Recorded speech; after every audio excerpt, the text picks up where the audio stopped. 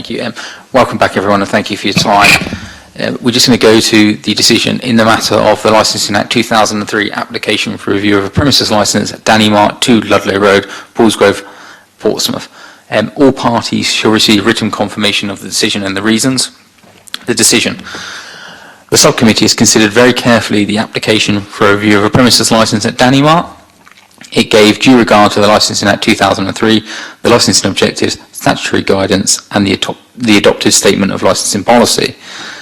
The subcommittee considered the relevant representations, both written and given orally at the hearing, by all parties. Human rights legislation and the public sector equality duty has been borne in mind whilst making the decision. The subcommittee noted that the application was made by Hampshire Constabulary, citing the prevention of crime and disorder and the protection of children from harm as the relevant licensing objectives. The issues raised relate to the provision of CCTV on request. On 2 occasions, police evidence indicates that the premises were either unable or unwilling to provide CCTV footage to assist with the investigation of the alleged crimes at the store. This is despite repeated and concerted efforts and reported remarks indicating a willful refusal to cooperate. The failure of the recording system will have rendered sales of alcohol to be in breach of the licence. Representations in support of the premises licence holder have been received from other persons as defined by the Act. 1 representation supported the review application and a representation has been received from a local councillor. No representations have been received from any responsible authorities other than the police. After having heard all of the above evidence and considering all the options set out within the legislation, ranging from taking no action to the revocation of the premises licence, the subcommittee determined that the conditions of the licence should be modified to replace the CCTV condition with the wording proposed and to issue a warning to the premises licence holder. Reasons. The police stressed, amongst other matters, the following: that this was a consistent breach over a lengthy period of time, the matter was only rectified after review proceedings were commenced, that the premises licence holder has not been truthful as to the timing of becoming aware of the breach of the condition, and comments were not born of frustration, that this is proportionate to revoke the licence, a warning was not likely to be effective as a previous warning had been given, the investigation of assault was stalled due to a lack of evidence and CCTV not being available. The subcommittee was asked, if minded not to revoke, to consider the removal of the DPS with a suspension of 3 months to allow the changes to be implemented.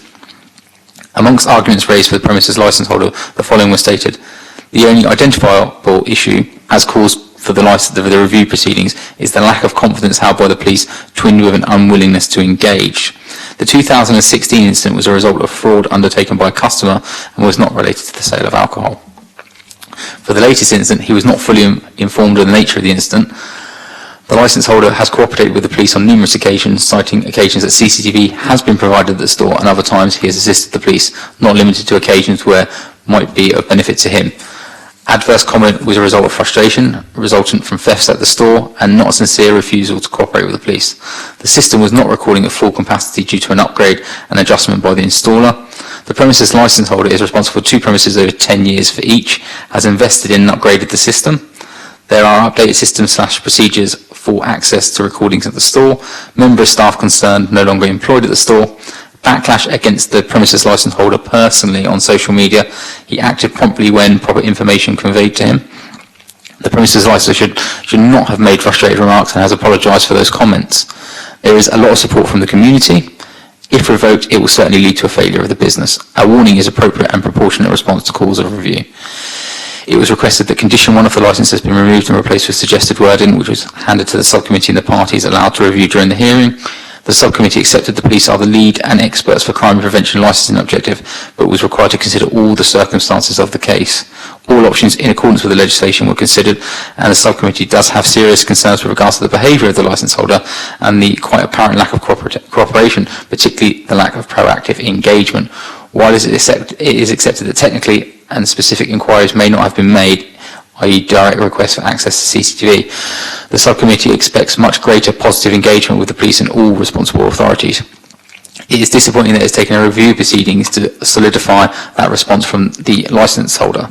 However, given that the importance of the premises to the community due to the topography of the area, particularly the disabled and elderly, the financial impact that revocation or even suspension might have had on a small business of this size, it was felt that despite the unfortunate lack of action following police warning, a further final warning should now be issued along with the amendment of the licence. Removal of the DPS was considered carefully. However, given that the licence holder would remain in overall control and in light of a period of experience in running similarly licensed business, and the fact that he has not appeared to be an objection to his remaining DPS for the other business, it was felt not appropriate in this case.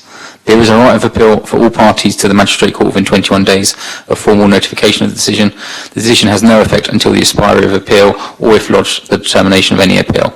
That is the end of today's proceedings. We will get a written copy out to you. Thank you.